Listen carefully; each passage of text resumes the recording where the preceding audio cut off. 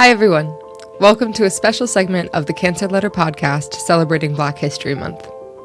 This episode features Malcolm V. Brock, Director of Clinical and Translational Research in Thoracic Surgery at Johns Hopkins Kimmel Comprehensive Cancer Center. Brock is interviewed here by Robert A. Wynn, Director and Lippman Chair in Oncology at VCU Massey Comprehensive Cancer Center. Wynn is also the Cancer Letter's guest editor for Black History Month. With that, enjoy the episode. Everybody, good to see you all. I am with Dr. Malcolm Brock, who's the current Director of Clinical and Translational Research in Thoracic Surgery at the famous Johns Hopkins Kimmel Comprehensive Cancer Center. Well, you know, the one thing that I have to say that I'm really super excited with having Dr. Brock on is that when we talk about superheroes or superstars, he is definitely one of that long line of adding to what I think are some of the most important impact players within this sort of field of cancer research.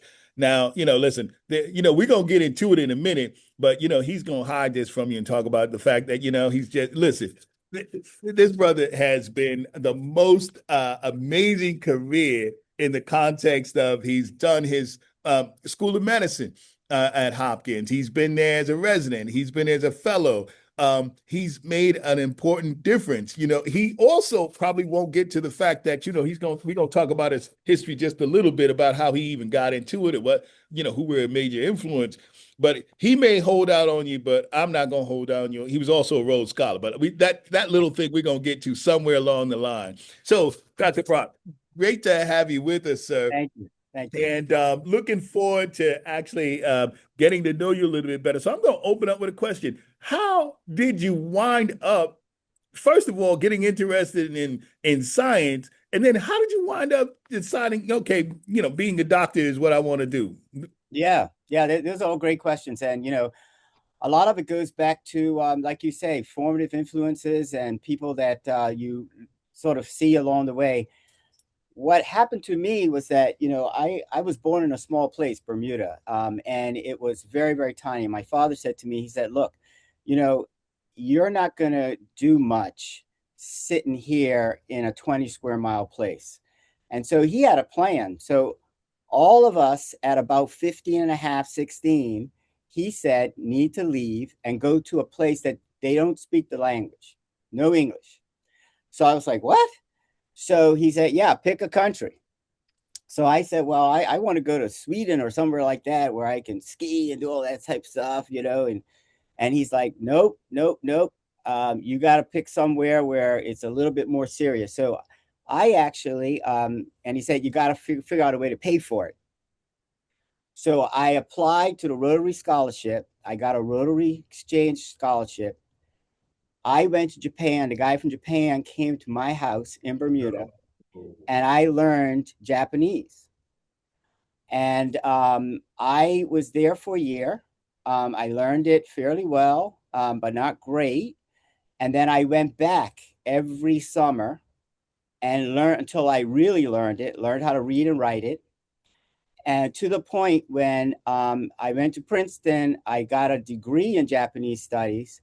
And but I also wanted to be a doctor because I had a influencer, a surgeon who I grew up with, who took care of me when I actually had an accident. And I was little, and I was always inspired by the guy.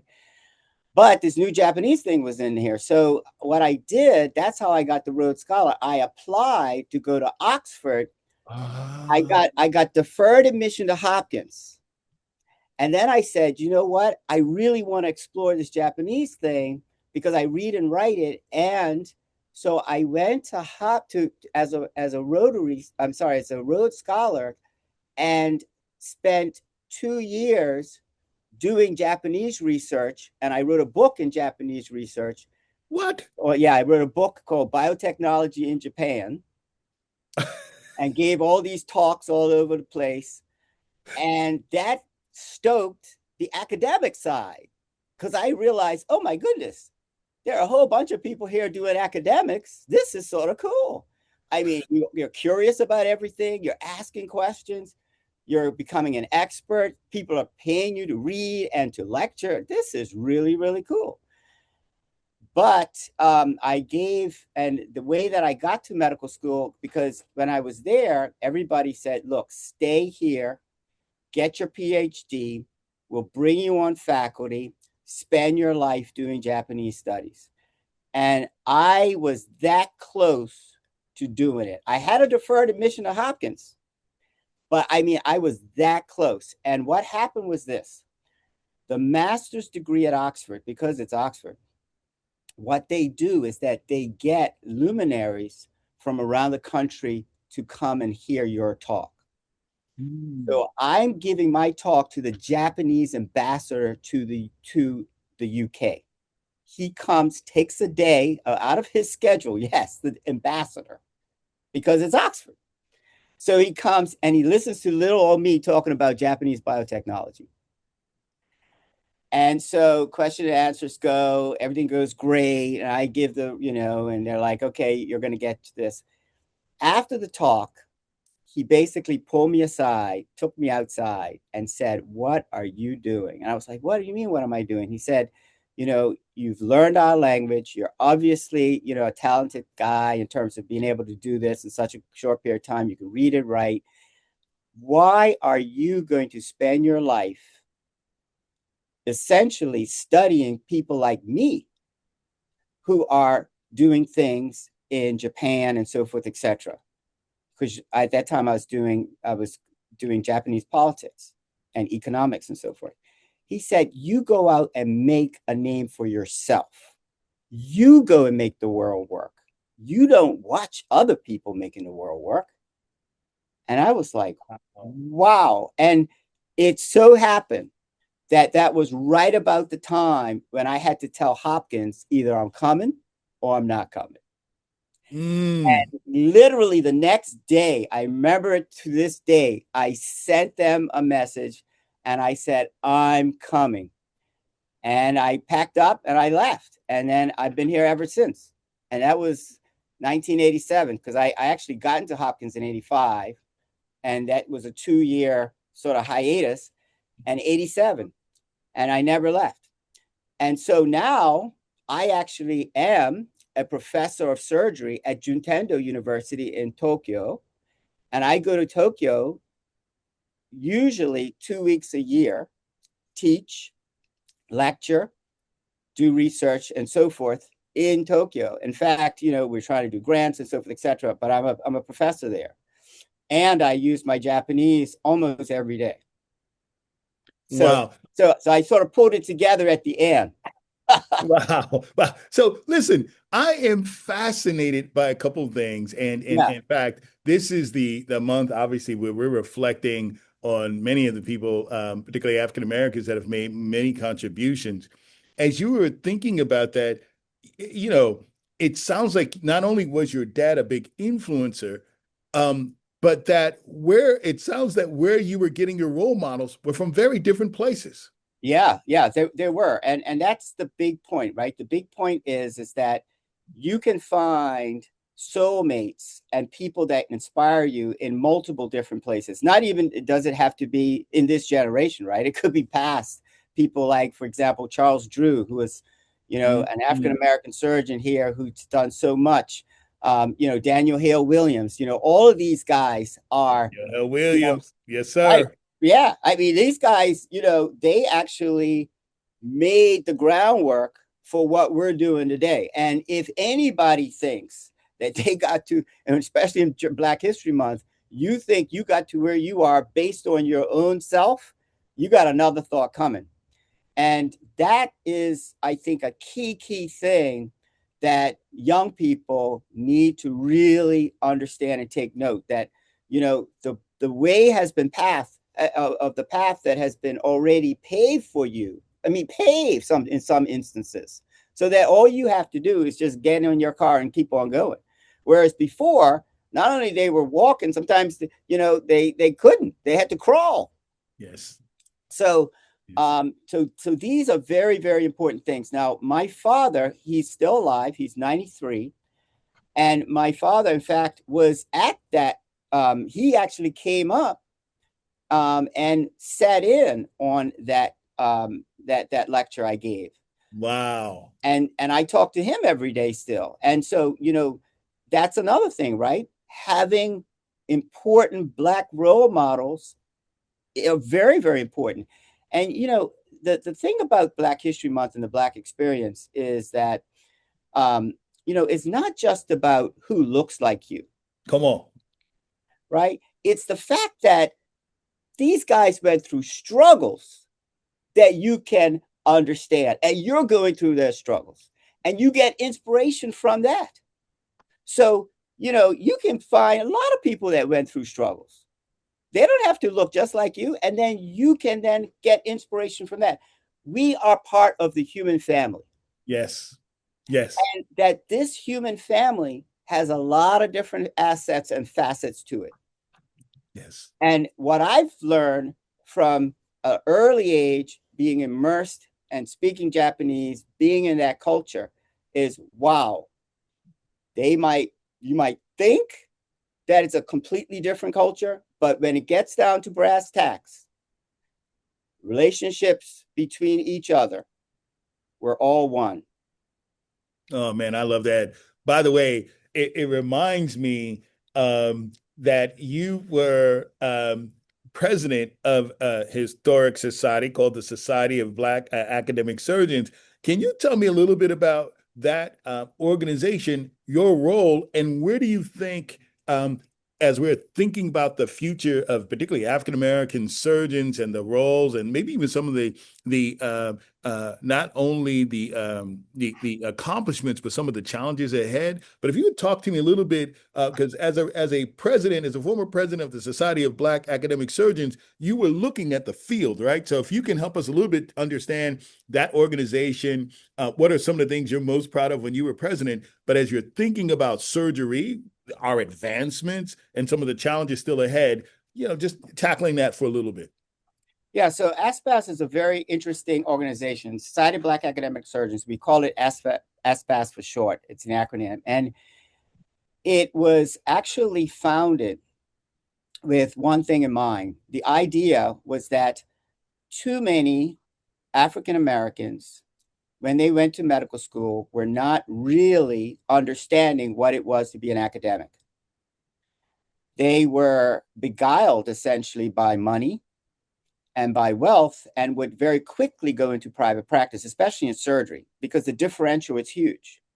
So an academic surgeon often, especially back in, let's say, the 1990s, 2000, right around that time, a surgeon could make 3, 4, 5 times as much money in private practice than he could doing academics.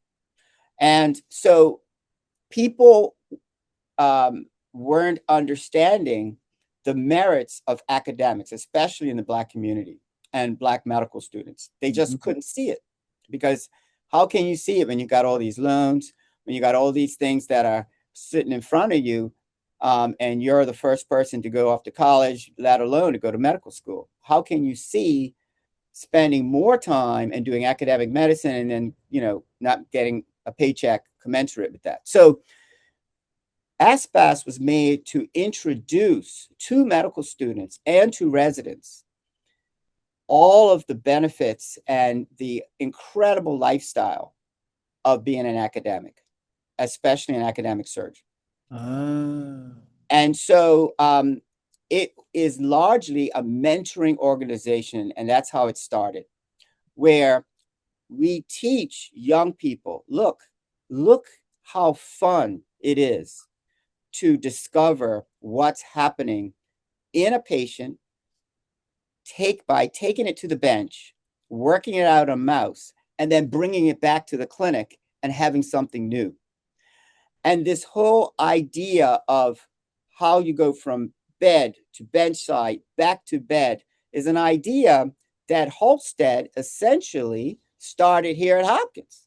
So for me, it was natural, because I was brought up in medical school thinking that that's the way it should go. And then I saw at ASPAS them saying the same thing. And then I realized, well, this isn't something that every medical school does or everybody sort of aligns with. And it was a natural fit. And my passion about ASPAS is that, still, and as you know, Levi Watkins was my mentor, and Levi Watkins is pretty much, he was the first cardiac surgeon, Black cardiac surgeon at Johns Hopkins, and I was the second. So Dr. Watkins didn't cut me any slack. and it was on the old tradition of ASPAS, right? And what is that? Charles Drew, who was who's essentially, the person that we look up to at ASPAS, what did he say? He said, excellence of achievement will always eclipse the artificial barriers imposed by man. Absolutely. It's all about excellence. It's all about excellence. It's not about affirmative action. It's about excellence, excellence, excellence, excellence. And you got to have excellence as the bottom line before anything else happens. And if you don't have excellence, then you can't even come to the table. You're not legitimate. And that's what this whole problem is now. So you're saying, what is ASPAS doing? ASPAS is doing what it's always done. It's saying, look, it is not about getting a seat at the table because of your race or, because, some other accolade that's not associated with excellence. You're getting that seat at the table because you are excellent in what you do. You're the best of the best. You have to be the best of the best. And until you're the best of the best, you got to pass your dues. You got to get to be the best of the best before you can come to the table. And that's been ASPAS's model. So we have no problem with looking towards the future because that recipe got our guys through. And if you go back and look about what they had to go through, this is peanuts. Come on, man. I love what you said. And in fact, I love that it's clear that this passion for excellence and the impact. And I wanted to talk to you a little bit about some of your research interests, because I know you've been at it. You've been chopping wood for a little bit in the context of, the novel molecular biomarkers. We've been working biomarkers in solid tumors, and we've been doing, and you've had some recent amazing, publications. So I just want you to know, translate now, because what I loved about what you said about Halstead and the forming of Hopkins, it's one of the epicenters of translation. So as we go back and take a look about your research interest, how does that translate to your research interest, and what's the most exciting thing you have going on right now? So I'll take it. I'll take that in two parts. A little bit about how we got to where we are, and then where we're going. So, what I decided to do was tackle a clinical question when I came out of residency, and the clinical question that bothered me the most was operating on somebody and then them dying 2 or 3 weeks later, 2 or 3 months later, from metastatic disease after I told them the operation went great, we got it all. How could we get it all? And then you're dead in a year or less. And I said, it's got to be that we're missing something. We got to be missing something. And at that time, epigenetics was just starting.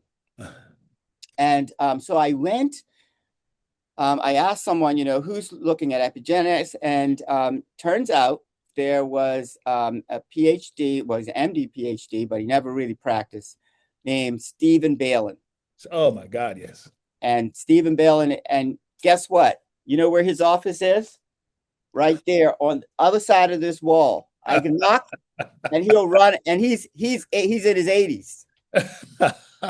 He's amazing.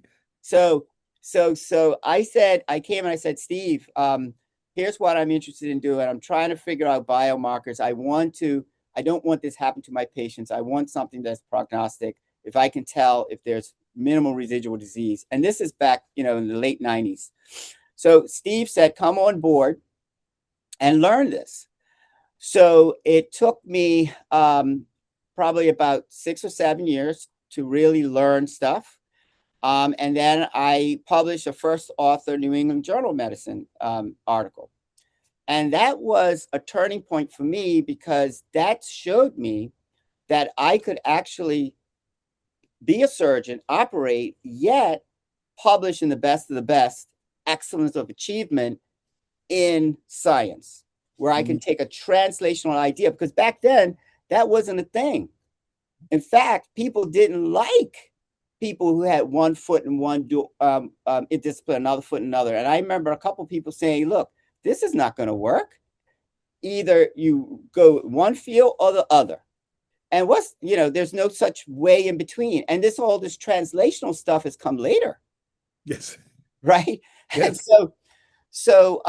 so I started looking at biomarkers and then epigenetic biomarkers. And what was very interesting to us was that epigenetics is reversible.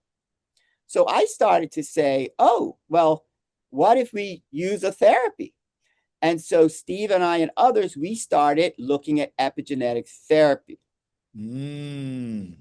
And so then I got really, really deep into that, and we had a couple of trials going where all of a sudden on epigenetic therapy, in fact, we published one of the first studies in Cancer Discovery in 2011, I believe it was, that showed objective responses using just epigenetic therapy in people with metastatic lung cancer, any metastatic solid tumor. We started to see lung cancers go away, essentially, with epigenetic therapy. And then what we saw that was really intriguing, I'll tell you one quick story. In this trial, most people didn't respond. Most people we sent to hospice after a couple of weeks. And 3 years later, I'm walking through the hospital and we see this person coming up, and I'm with my nurses. And I said, that looks like XYZ, Mr. Smith, we'll call him, who we sent to hospice 3 years ago. And the nurse said, either that's him or it's his twin. That's him. And I went up to him and he said, Dr. Brock, nurse so-and-so. And I was like, what? He says, yeah, I should be dead, right? And I said, yeah, what's going on? He said, well, I went back to hospice. You sent me to home hospice. And I sort of felt okay. So I went a couple of weeks later to my regular GP. He didn't know what to do with me. So he gave me the exact same thing that he had given me before that didn't work. And he said, guess what? It worked. Wow. And I was like, what? I called the GP.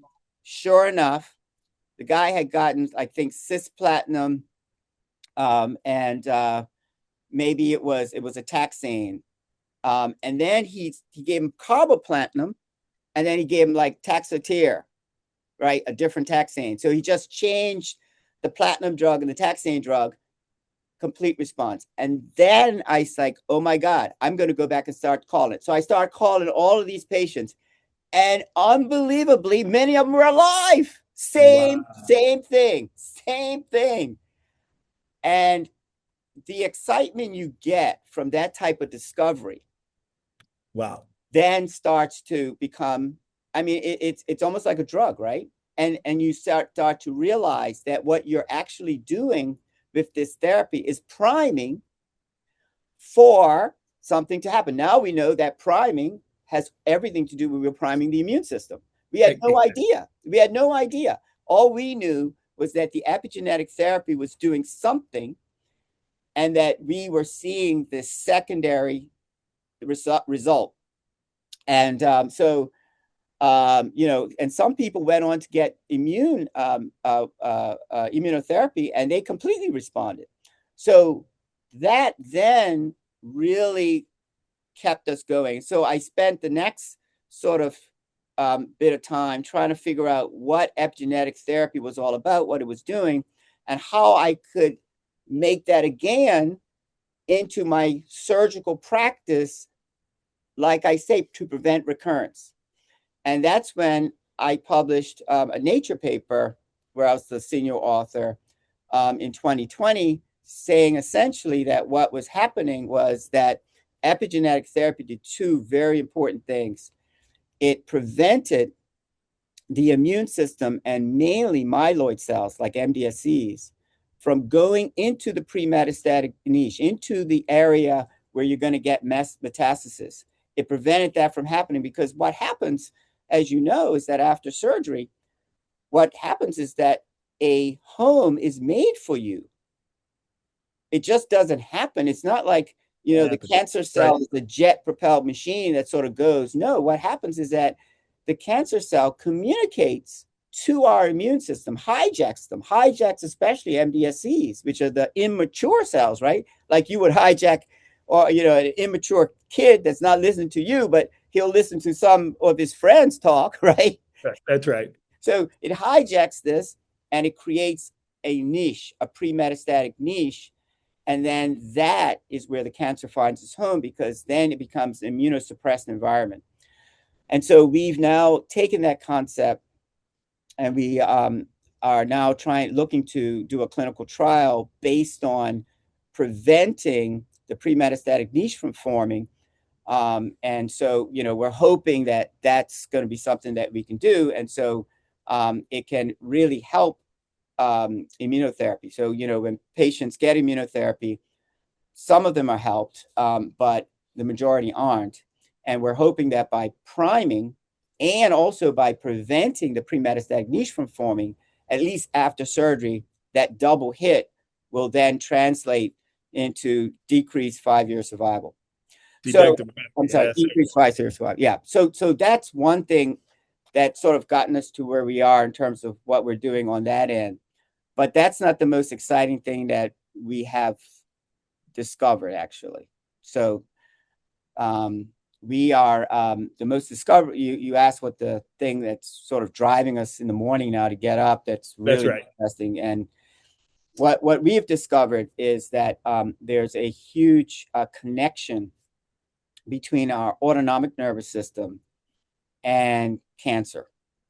And the idea that, if you ask, how many neurologists are really studying cancer?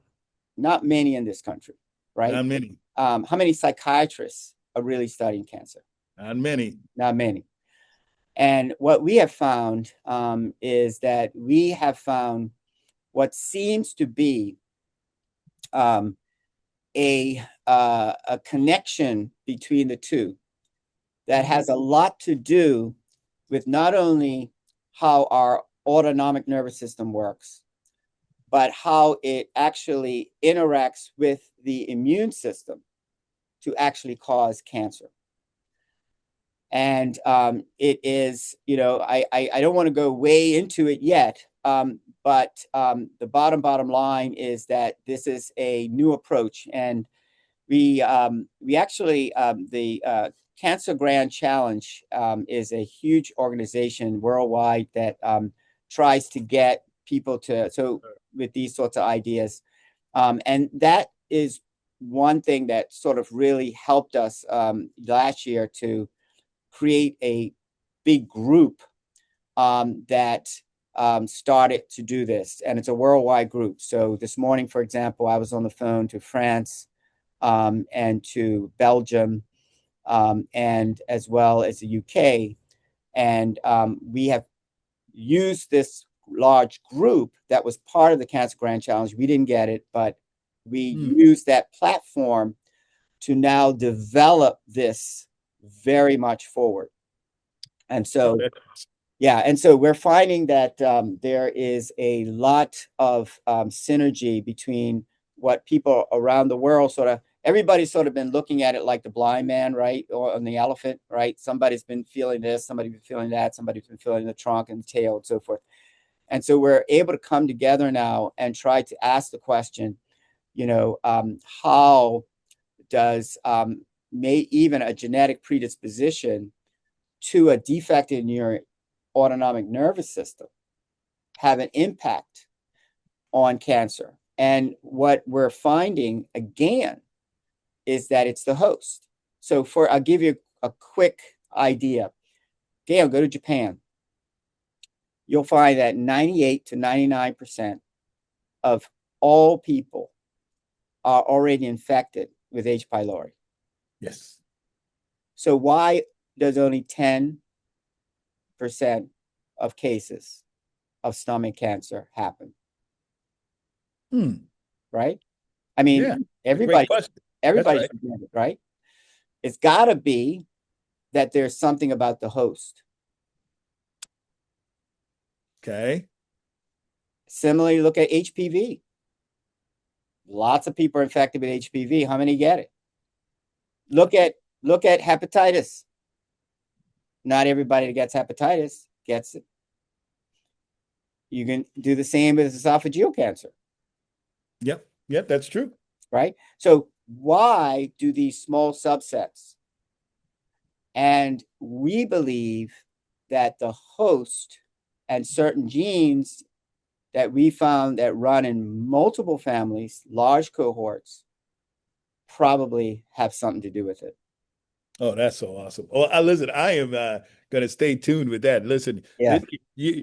What I love about what you just talked about is how the field continues to advance. Yeah. In fact, my last three questions for you was, what has been the one thing, I know there's been a ton of things in the last X number of years in the field of thoracic oncology that has been what you think may be one of the biggest advancements? Now, we know that there are more than just one, but just for the sake of argument, what's the one of many, but what's the one biggest advancement that you've seen in your career in the field of how we treat patients or the outcomes in thoracic oncology?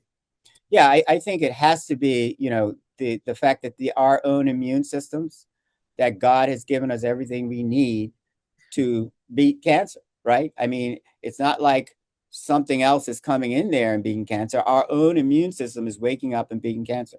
And so for me, it's the idea that cancer is so devious and so tricky that it has the ability to suppress the immune system and to use the immune system against the body for its own glory and its own benefit. So that, I think, is huge, right? That whole concept that, we're dealing with this thing that is going to try every way it can to beat you.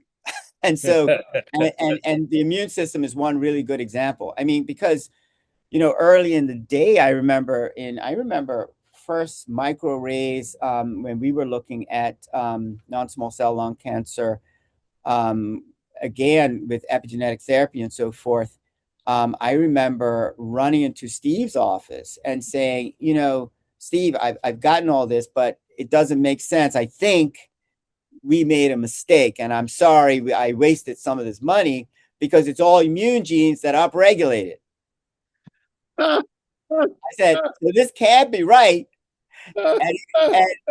And he said, well, look at it. And I said, well, and it sort of went to the bottom of the pile, and I never looked at anything. Right? It was all these neoantigens. I was like, what? I mean, that makes no sense. I mean, that's not P53. I mean, what's going on? Man, I love that.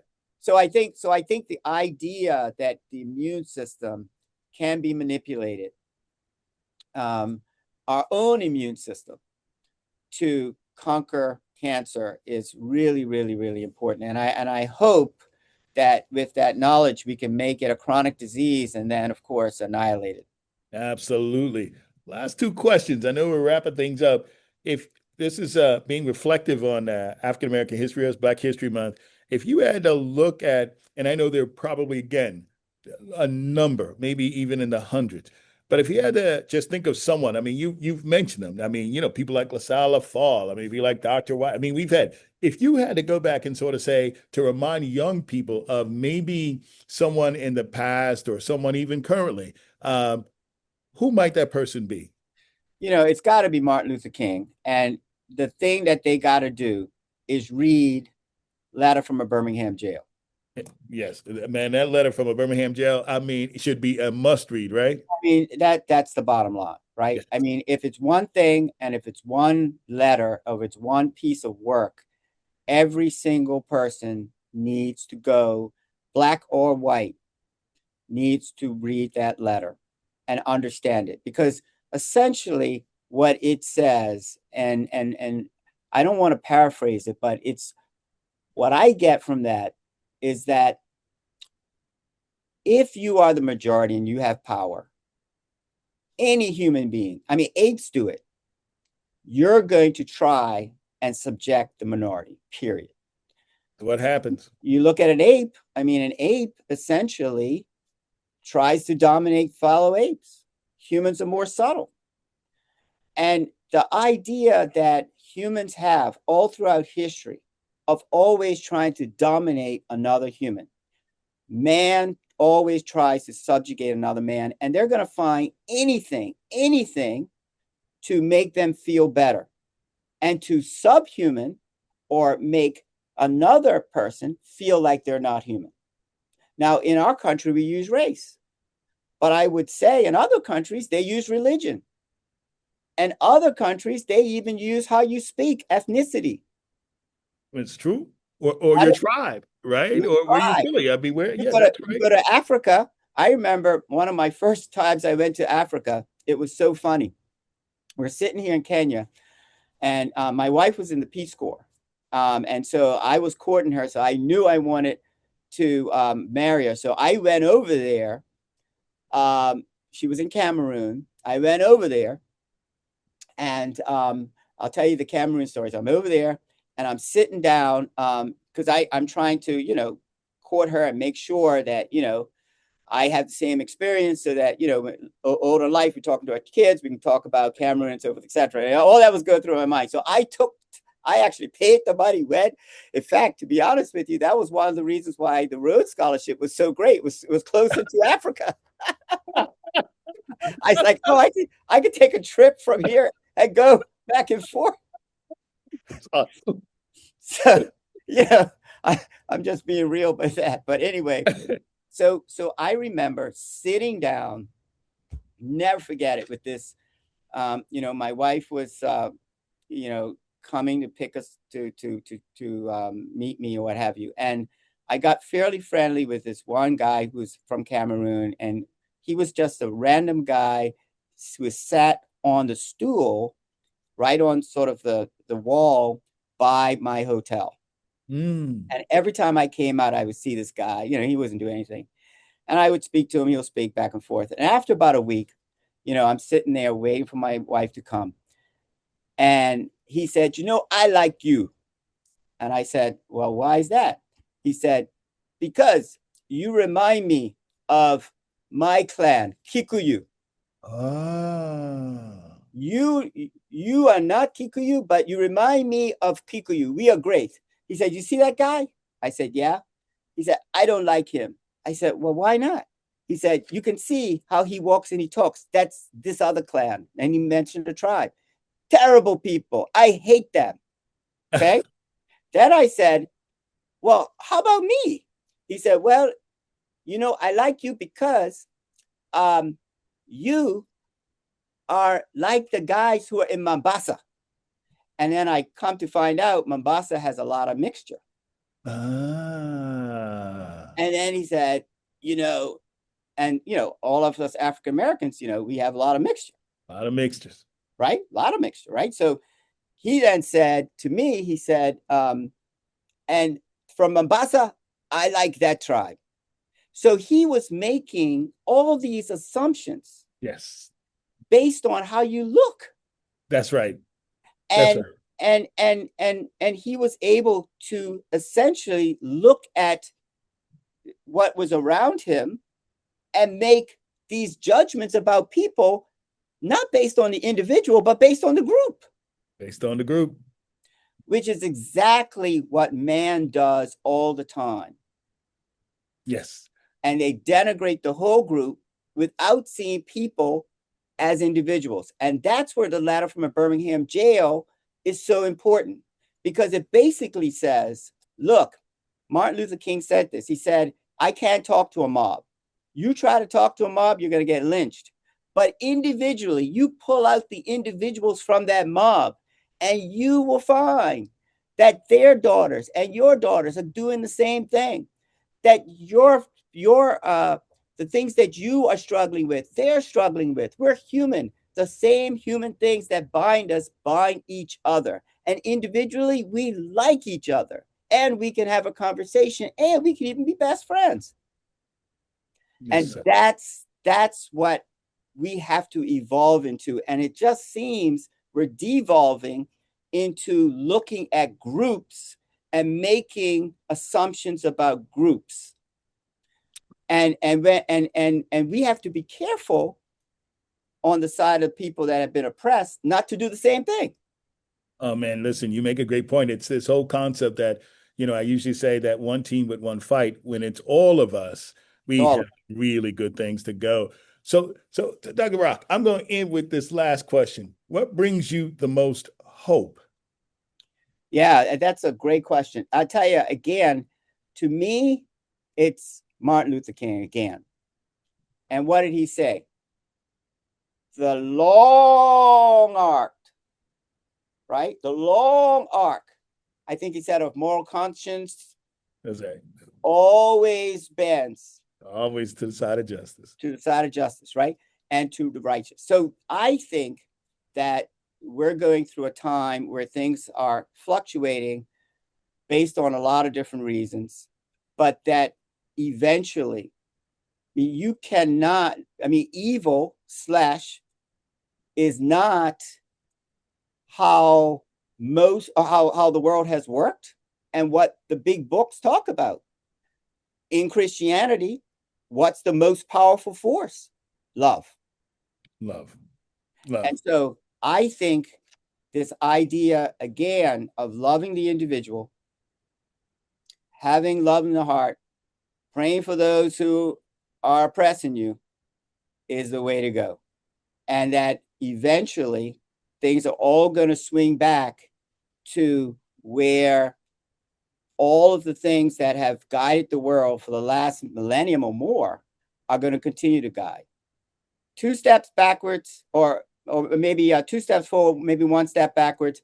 But I think that is what gives me hope, in that I think this is a short-term thing, not a long-term retraction.